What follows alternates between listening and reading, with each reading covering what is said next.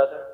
In fact, just before taking the dais, Hillary accidentally bumped into me, and she very civilly said, "Pardon me."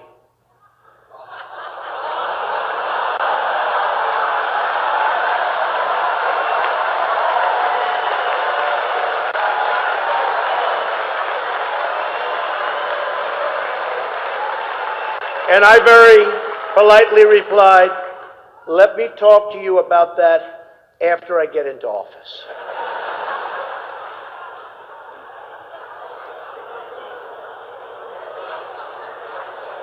Just kidding, just kidding. And Hillary was very gracious. She said if somehow she gets elected, she wants me to be, without question, either her ambassador to Iraq or to Afghanistan.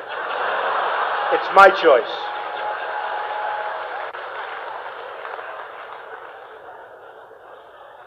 But one of the things I noticed tonight, and I've known Hillary for a long time, is this is the first time ever, that Hillary is sitting down and speaking to major corporate leaders and not getting paid for it. It's true. It's true. You know, last night I called Hillary a nasty woman. But this stuff is all relative. After listening to Hillary rattle on and on and on, I don't think so badly of Rosie O'Donnell anymore. In fact, I'm actually starting to like Rosie a lot.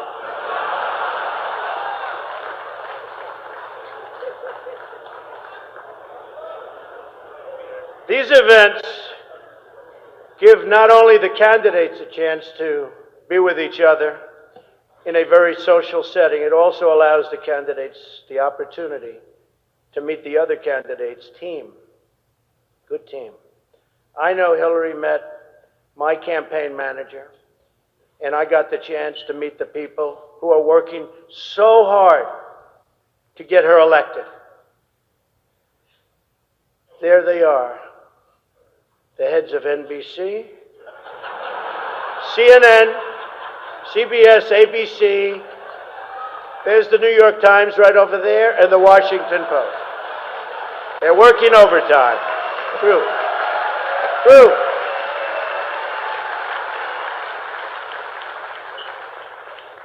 Oh, this one's going to get me in trouble.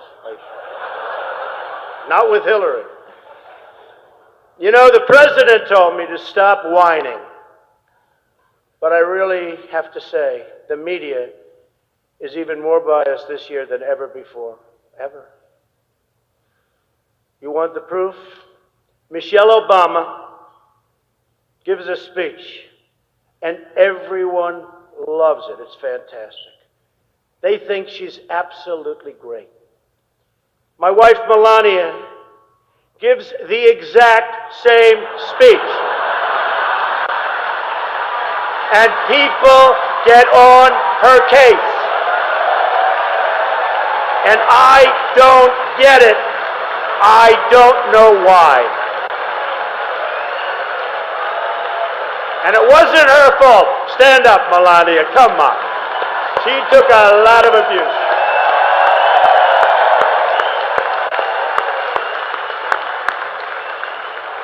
Oh, I'm in trouble when I go home tonight. She didn't know about that one. Am I okay? Is it okay? Cardinal, please speak to her. I'd like to address an important religious matter, the issue of going to confession, or as Hillary calls it, the 4th of July weekend with FBI Director Comey. Now, I'm told Hillary went to confession before tonight's event. But the priest was having a hard time when he asked her about her sins, and she said she couldn't remember 39 times.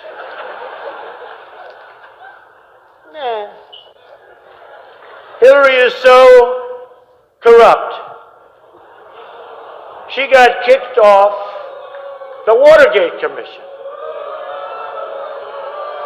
How corrupt do you have to be to get kicked off the Watergate Commission? Pretty corrupt. Hillary is and has been in politics since the 70s. What's her pitch? The economy is busted. The government's corrupt. Washington is failing. Vote for me. I've been working on these problems for 30 years. I can fix it, she says. I wasn't really sure if Hillary was going to be here tonight because I guess you didn't send her invitation by email. Or maybe you did and she just found out about it through the wonder of WikiLeaks. We've learned so much from WikiLeaks. For example, Hillary believes that it's vital to deceive the people by having one public policy and a totally different policy in private. That's okay. I don't know who they're angry at, Hillary, you're right. For example, here she is tonight in public pretending not to hate Catholics.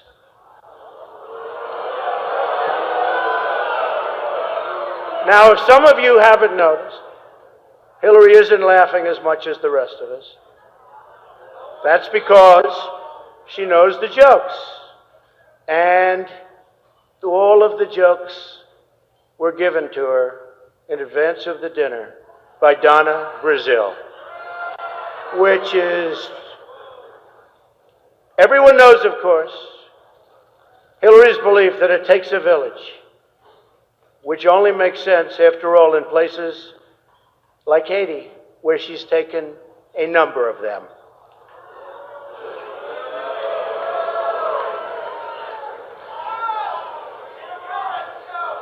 Thank you. I don't know, and I don't want this evening without saying something nice about my opponent. Hillary has been in Washington a long time. She knows a lot about how government works. And according to her sworn testimony, Hillary has forgotten more things than most of us will ever know. That I can tell you.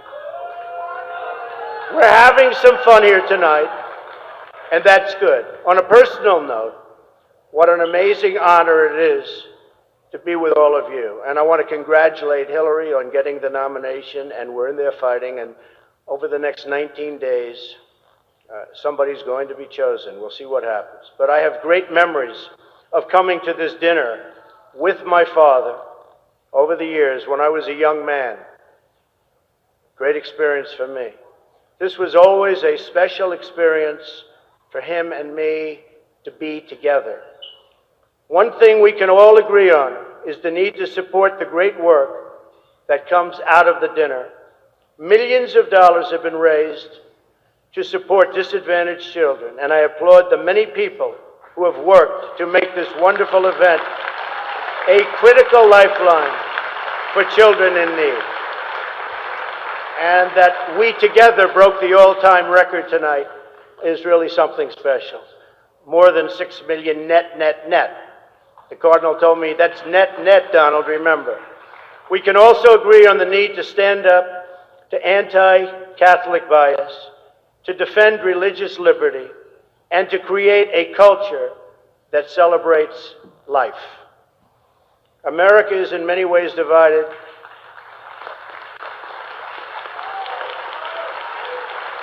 Thank you. America is in many ways divided like it's never been before. And the great religious leaders here tonight give us all an example that we can follow. We're living in a time and age that we never thought possible before. The vicious barbarism we'd read about in history books, but never thought we'd see it in our so-called modern-day world. Who would have thought we would be witnessing what we're witnessing today? We've got to be very strong, very, very smart, and we've got to come together, not only as a nation, but as a world community. Thank you very much. God bless you, and God bless America. Thank you. Thank you. Thank you very much.